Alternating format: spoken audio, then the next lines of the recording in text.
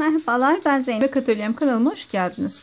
Bugün sizlerle çok sevimli bir panda öreceğiz. Bakın şöyle yakından göstereyim. Yüz kıvrımları, vücut kıvrımları oldukça gerçekçi oldu. Eğimler harika, ölçüler birebir. Çok güzel. Bakın şu gıdı kısmı, alın kısmı.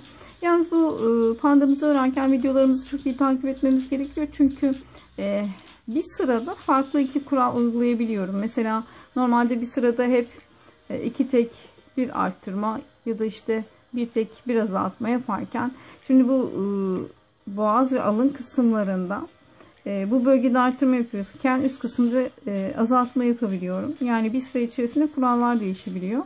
O yüzden videoları bu eğimleri, ölçüleri tam yakalayabilmek için sıkı takip etmemiz gerekiyor. Şimdi bu pandamızı yaparken nelere ihtiyacımız var? Ben elimde bir yün iplik vardı bugünün. Bunu kullandım beyaz kısımları için. %90 akrilik, %10 yün. Aslında bir amigurumi ipiyle de örülebilir. Ben elimde bu olduğu için bunu ördüm. Bir de siyah. Bakın şöyle kalınlıkta bir amigurumi ipi. Bunun kağıdı ve numarası şu an elimde yok. Bir makasa, bir de tığ ihtiyacımız var. Tığın numarası da 3,5. 3,5 numara tığla ben bunları ördüm. Bunun dışında aparat olarak satılıyor bakın. Şu burun, takmalı burunlar var. Aslında bunu dikişle de yapabiliriz ama böyle takma bir burun da takabiliyoruz. Keçeye ihtiyacımız olacak. Keçenin üzerine bir de göz, takma bir göz, gene kilitli olan göz kullanacağız. Ölçü olarak bakın şöyle göstereyim. 7 santim uzunluğunda.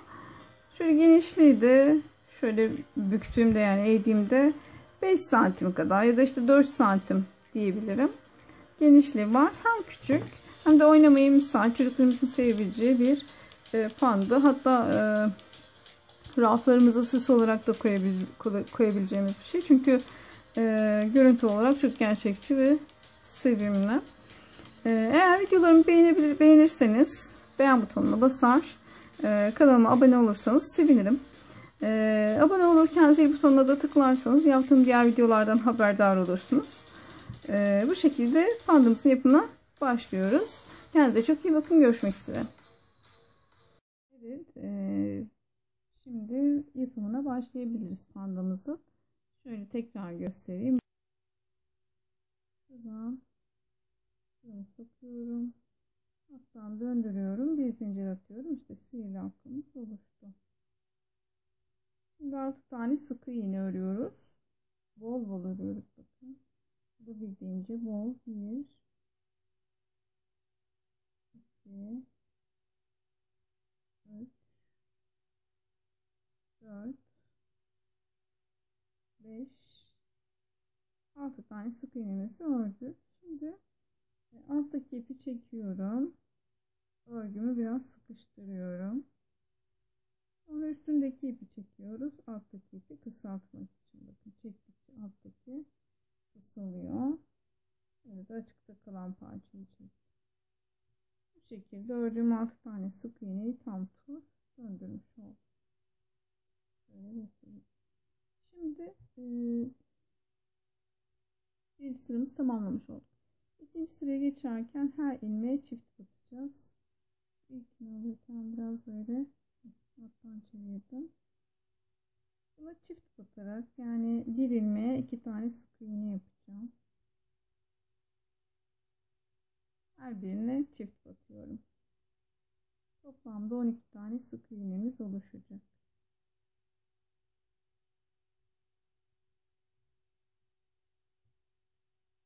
Bu şekilde devam ediyoruz. Evet, ikinci sıramızı tamamladık. Toplamda 12 sık iğnemiz oldu. Şu açıkta kalan ipimi işaret belirleyicisi olarak kullanıyorum. Şöyle ön tarafa aldım. Şimdi bir tek bir çift yapacağım. Bu arada bu videoda iyi takip etmeniz çok önemli. Çünkü bazı bölgelerde mesela belirli bölgede arttırmamız var. Diğer bölgeleri düz yapıyorum. Her tarafta sabit bir arttırma ya da eksiltmeyle gitmeyebiliyor. O yüzden videoyu iyi takip etmeniz gerekiyor. Şimdi bu üçüncü sıramızda bir tek bir çift batacağız demiştik. Birincisine tek battım. İkincisine çift batacağım. Yani 2 tane sık iğne yapacağım.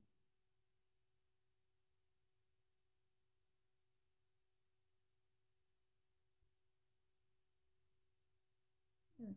Bu şekilde sıramızı tamamlıyoruz. Ve toplamda 18 tane sık iğnemiz oluşuyor.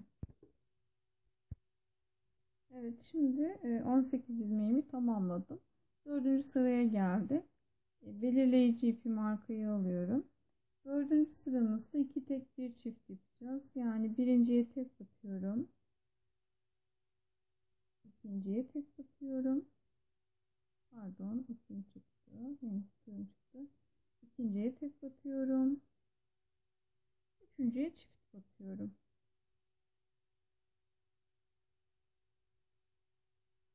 Bu şekilde sıramı tamamlıyorum. Evet, 4. sıramızı bitirdik. 2 tek bir çift battık. Şimdi 5. sıramızdayız. 3 tek bir çift batacağız. 4. sıramızda 24 tane sık iğnemiz vardı. Şimdiki öreceğimiz sırada 3 tek bir çift battığımızda toplamda 30 tane sık iğnemiz olacak. Şimdi birincisine tek batıyorum. İkincisine tek batıyorum. Üçüncüsüne tek batıyorum. Dördüncüsüne çift batacağım.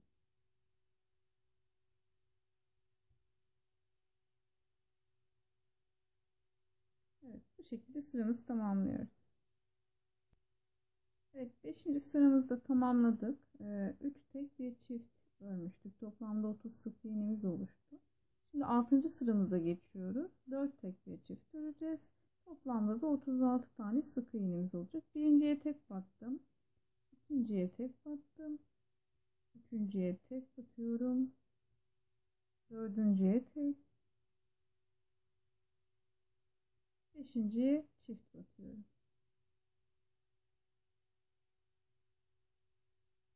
Bu şekilde sıramı tamamlayıp geliyorum. Evet, 6. sıramızda tamamladık. 4 tek bir çift örerek toplamda 36 sık iğnemiz oldu. Şimdi 7. sıraya başlıyoruz. Burada da 7. sıramızda 5 tek bir çift öreceğiz. Toplamda 42 tane sık iğnemiz olacak. Şöyle birincisi tek, ikinciye tek batıyorum. Üçüncüye tek, dördüncüye tek, beşinciye tek,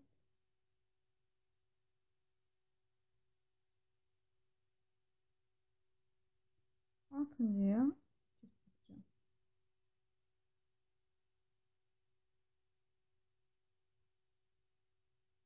Evet, bu şekilde sıramı tamamlıyorum. Evet, 7. sıramızı tamamladık. 5 tek bir çift yaptık. 42 tane ilmeğimiz oluştu. Şimdi 8. sırada her ilmeğe tek batıyoruz. Şöyle.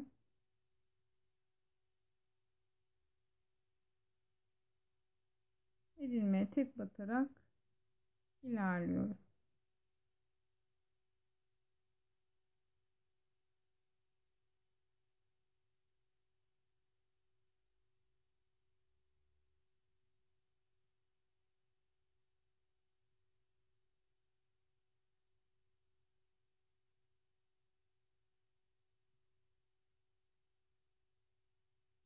Evet, şimdi 8. sıramızı tek batarak her ilmeğe bir sık iğne yaparak bitirdik. Toplamda 42 tane sık iğnemiz var.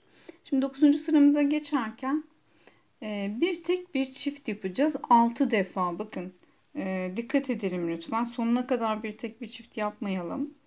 Sadece 6 defa bir tek bir çift yapacağım. Belirleyicimi öne aldım. Birincisine tek batıyorum. İkincisine çift batıyorum.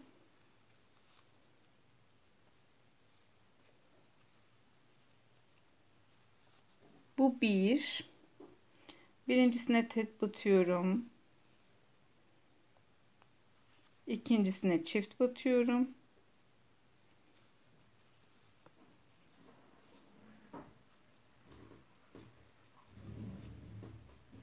Bu 2.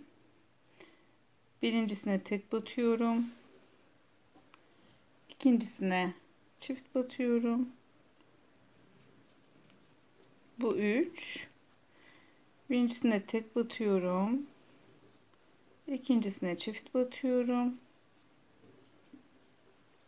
Bu 4. Tek batıyorum. Çift batıyorum. 5. Tek batıyorum. Çift batıyorum. Bu da 6. Toplamda 18 ilmek oluşacak burada. Kontrol edebiliriz sayıp. 1, 2,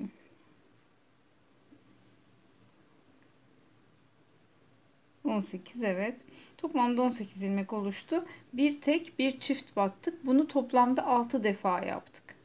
Bundan sonrasını ise sıramızın devamını her ilmeğe tek batarak geriye kalan 30 ilmeği tek batarak devam ediyorum bundan sonrasında.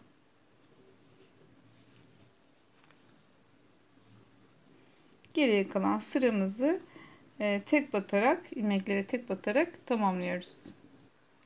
Evet, şimdi 9. sıramızı bir tek bir çift batıp 6 tane bir tek bir çift battım. Sonrasında da 30 tek batarak tamamladım.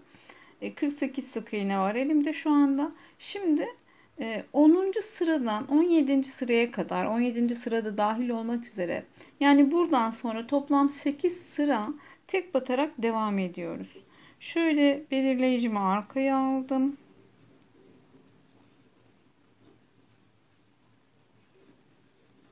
Her bir ilmeğe tek batıp 8 sıra düz öreceğiz. Her bir ilmeğimize tek batıyoruz. Bu şekilde devam ediyoruz 8 sıra boyunca.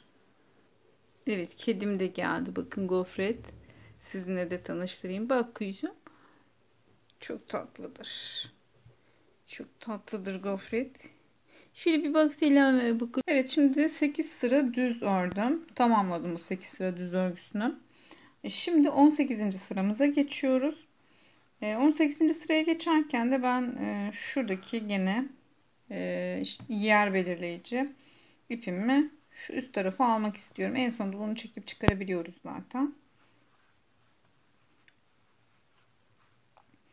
Şöyle şu tarafa alacağım. Şimdi 18. sıramızdan bir tek batıp bir azaltacağız. Bu işlemi sadece 6 defa yapacağız. Ondan sonrası 30 tane ilmek kalıyor. O 30 ilmeğe de tek batıyoruz. Şimdi başlarken bir tek batıyorum, bir azaltıyorum. Bir tek batıyorum, bir azaltıyorum.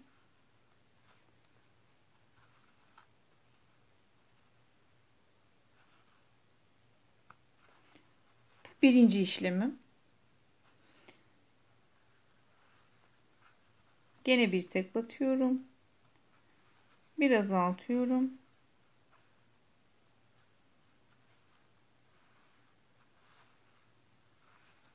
İki, bir tek batıyorum,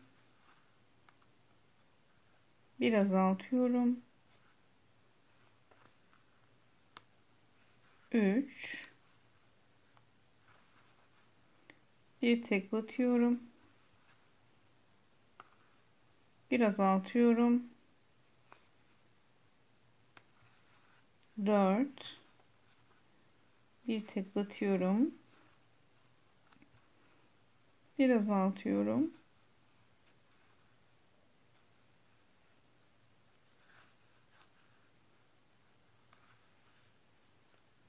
5, bir tek batıyorum, bir azaltıyorum. 6 kere Bir tek batıp bir azalttık. Bundan sonra geriye 30 tane ilmek kalıyor. Bu 30 ilmeğe tek batarak sıramı tamamlıyorum.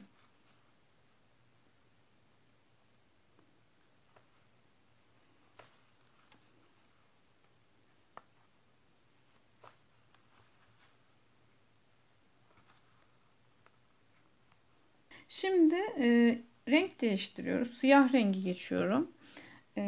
19. sıradan 25. sırada dahil olmak üzere 25. sıraya kadar düz öreceğiz. Her ilmeğe tek batacağız. Şimdi ip geçişini yaparken de şöyle yapıyoruz. Ben bundan önce farklı ip geçişleri de göstermiştim. Ama en geni temiz olanı bence şu şekilde. Şimdi şu tekrar göstereyim burayı. İlmeğim zaten tığımda. Tekrar bir ilmek daha alıyorum. 2 tane halka oldu. Şimdi siyah rengime geçiyorum. Bunu buradan geçiriyorum. Ve ilk başlangıç olduğu için burada ben siyah iple beyaz ipimi birbirine bağlayacağım.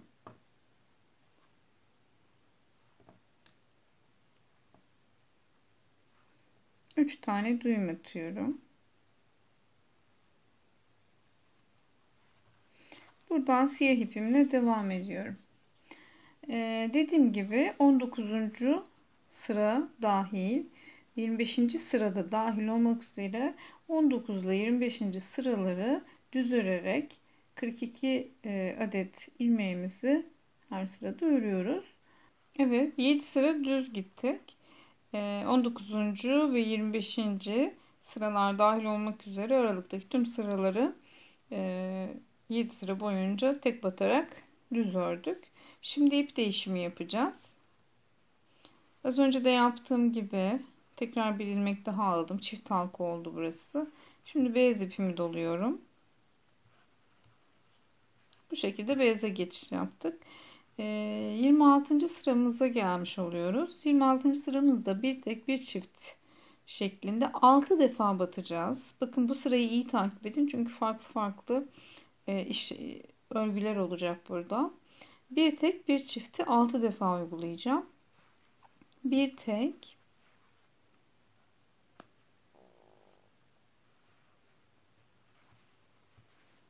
bakın bir tek,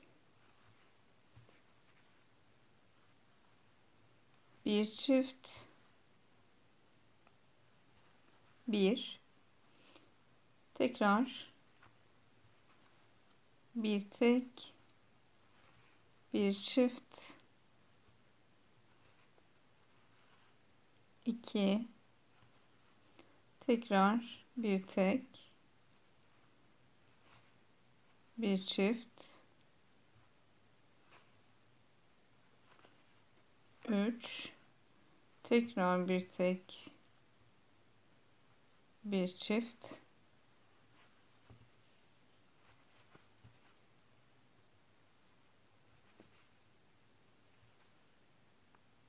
4, tekrar bir tek, bir çift,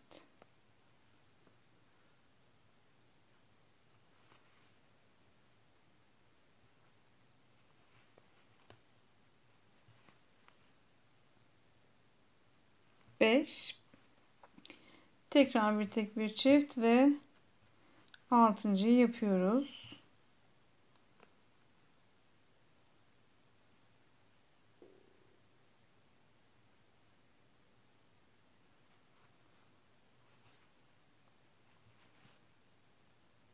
Şimdi burada 6 defa bir tek bir çift ördük. Şimdi 9 tane tek batacağız. 1, 2,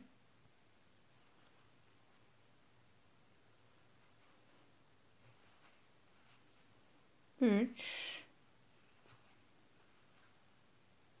4, 5, 6, 7, 8 ve 9. 9 taneye tek battık. Şimdi 6 defa azaltma yapacağız.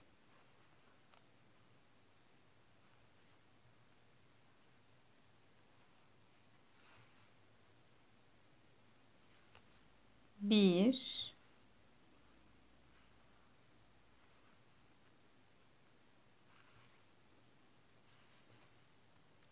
2,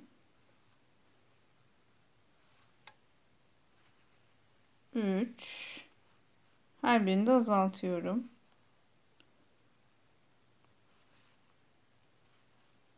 4,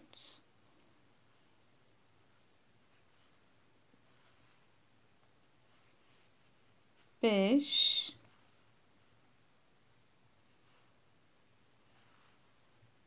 6. 6 defa azaltma yaptık. Şimdi geriye kalan 9 taneye tek batarak 42 ilmeğimizi tamamlamış olacağız. 2,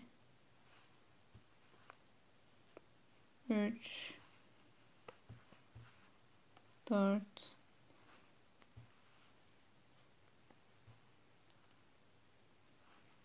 5, 6, 7, 8 ve 9. Bu şekilde 26. sıramızı tamamlamış olduk. Bu sıra dikkatli izlenmesi gereken bir sıra. Kaçırmamamız lazım. Yani farklı farklı uygulamalar yaptık çünkü. Şimdi 27. sıraya geçiyoruz. 27. sırada her ilmeğe tek batacağız. Her ilmeğe tek batıyorum.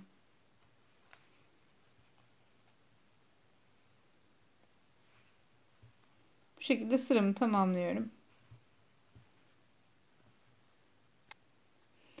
Evet, 27. sıramızda her ilmeğe tek batarak toplamda 42 tane ilmeğimizi ördük. Şimdi 28. sıradayız. Burada da 6 defa 2 tek bir çift batacağız. Öncelikle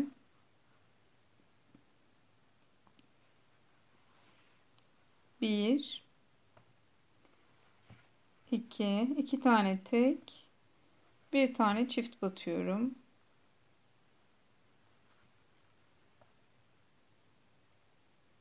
Bu birincisi. Tek, tek, çift batıyorum. Bu ikincisi. Tek, tek,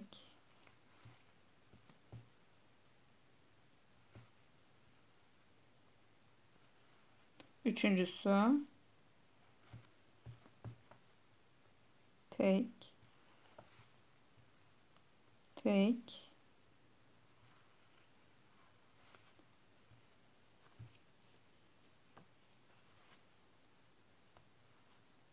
çift batıyorum. Dördüncüsü. Tek, tek, çift,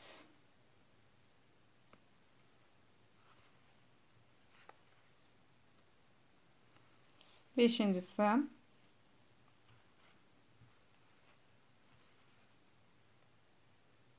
Tek, tek, çift. Bu da altıncısı. Evet, 2 tek bir çiftten 6 adet ördük. Şimdi 3 tane tek yapıyorum. 1, 2, tekrar yapıyorum şurayı.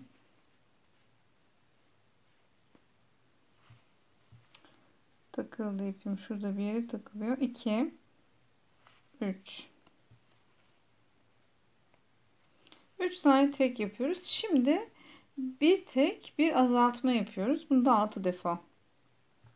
Bakın bir tek örüyorum.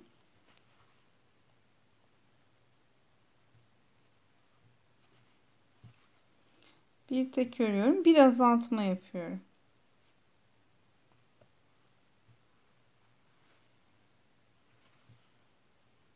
Bir tek bir azaltma,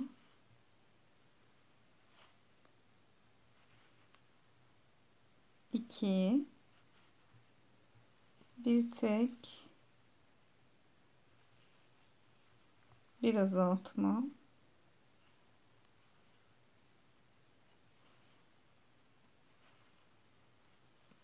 üç bir tek bir azaltma,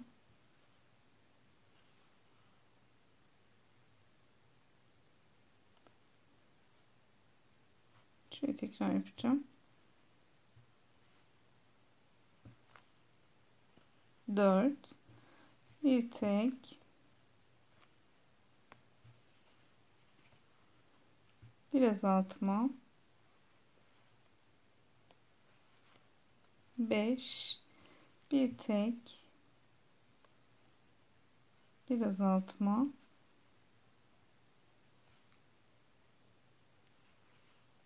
6. Şimdi 3 tane tek batarak sıramızı tamamlamış oluyoruz. 2 3 Evet. 28. sıramızı da bu şekilde tamamlamış olduk. Şimdi bundan sonra 29, 30 ve 31 bu 3 sırayı tek batarak düz bir şekilde örüyoruz. Başlangıcını göstereyim. 1 2 böyle her ilmeğe tek batarak tam 3 sıra boyunca ilerliyoruz. Evet, 3 sıra boyunca tek batarak 42 tane ilmeğimizi ördük. Yani her sırada 42 ilmek ördük. Tek battık. Şimdi 32. sıramıza geldik. Öncelikle 2 tek bir azaltma yapacağız. Bunu 6 defa uygulayacağız. 2 tek bir azaltma. Birinci tek, ikinci tek ve bir azaltma.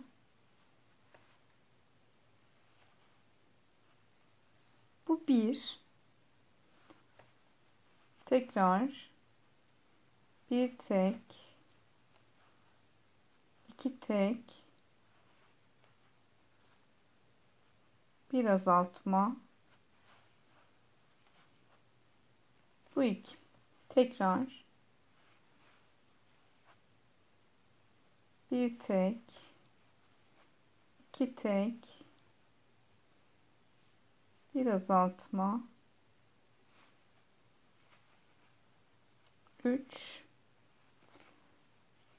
bir tek, iki tek, bir azaltma. 4 bir tek, iki tek, bir azaltma.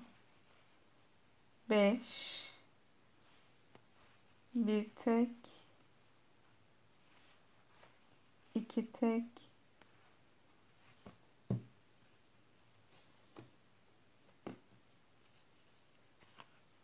bir azaltma. Bu da altıncısı. 6 defa iki tek bir azaltma uyguladık. Şimdi 3 tane tek öreceğim. 1 2 3 3 tane tek ördük. Şimdi bir tek bir çift, bunu da 6 defa uygulayacağız. Bir tek bir çift.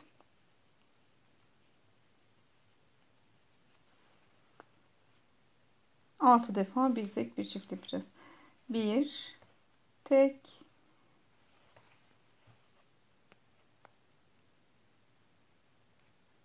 bir çift, bir tekrar bir tek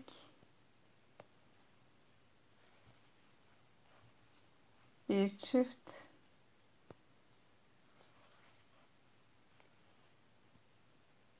iki bir tek bir çift, 3 bir tek bir çift, 4 bir tek bir çift, 5 bir tek bir çift, 6 defa bir tek bir çift ördük. Şimdi 3 defa tek batıp sıramızı tamamlayacağız.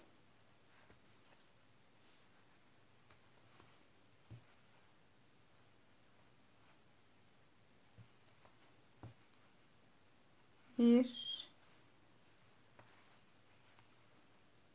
iki, üç. Evet, bu şekilde 32. sıramızı tamamlamış olduk. 33. sıramızda da her ilmeğe tek batıyoruz.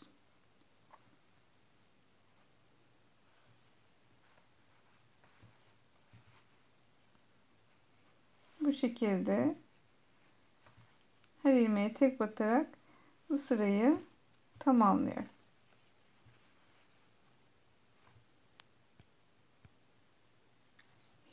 Evet, 33. sıramızda her ilmeğe tek batarak toplamda 42 tane sık iğnemizi ördük. Şimdi 34. sıramıza geçtik. Bu sırada 5 tek bir azaltma yapacağız. 1 2 3 4 5 ve bir azaltma yapıyorum.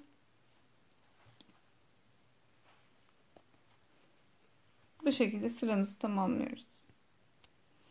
Evet, 5 tek bir azaltma yaparak toplamda 36 tane sık iğnemizi ördük. Şimdi 35. sıradayız. Her bir ilmeğe tek batacağız. Her bir ilmeğe tek batarak sıramı tamamlıyorum. Bu şekilde tek batıyoruz. Evet, 35. sıramızı tamamladık tek batarak. Şimdi 36. sıramıza geçiyoruz. Bu sırada 4 tek yapıp bir azaltacağız. Bir tek,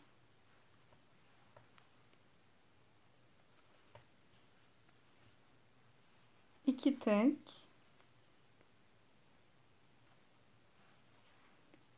üç tek, 4 tek ve bir azaltma yapıyorum.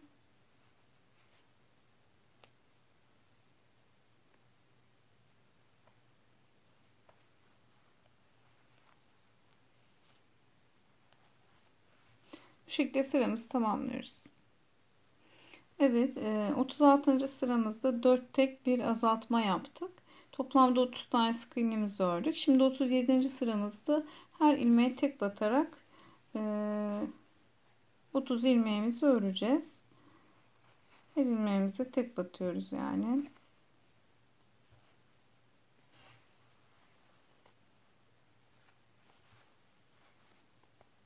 Bu şekilde sıramızı tamamlıyoruz.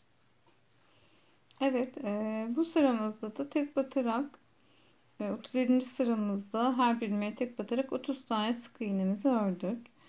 Şimdi 38. sıramızdayız. 3 tek batıp bir azaltma yapacağız. Böylelikle Toplamda 24 ilmeğimiz olacak. 1 2 3 ve bir azaltma yapacağız. Burada azaltma yapıyoruz.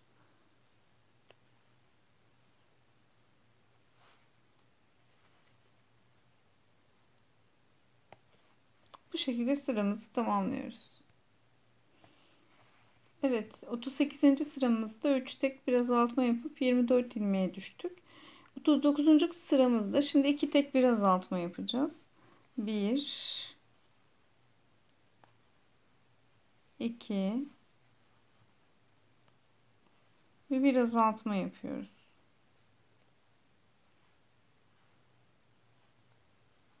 Şurayı tekrar yapayım.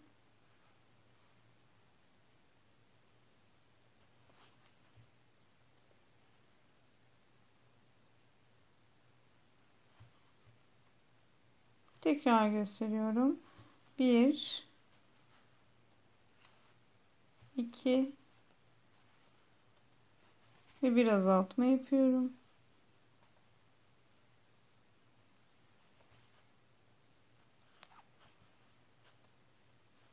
İki tek bir azaltma yaparak bu sıramızı tamamlıyoruz.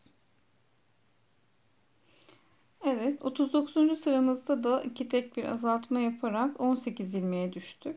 Şimdi 40. sıramızda bir tek bir azaltma yapıyoruz.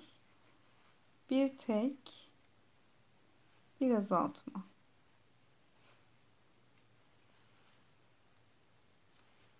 Bu şekilde sıranın tamamını örüyorum. Evet, bu şekilde 40. sıramızı tamamlamış olduk. Bir tek bir azaltmayla. Toplamda da 12 tane sık iğnemiz var burada. Şimdi bundan sonraki sıramızı iğne ile kapatacağız, ancak bakın şöyle yandan göstereyim. Karın kısmı, boğaz kısmı, şuradan tekrar bir gıdı kısmı var, alın kısmı, hepsi çok güzel şekillendi. Bunun içerisini doldurduktan sonra ben göz yerlerini belirleyip gözleri taktıktan sonra o şekilde ben burada kapatma işlemini yapacağım iğne ile. Onu da bir dahaki çalışmamızda göstereceğim.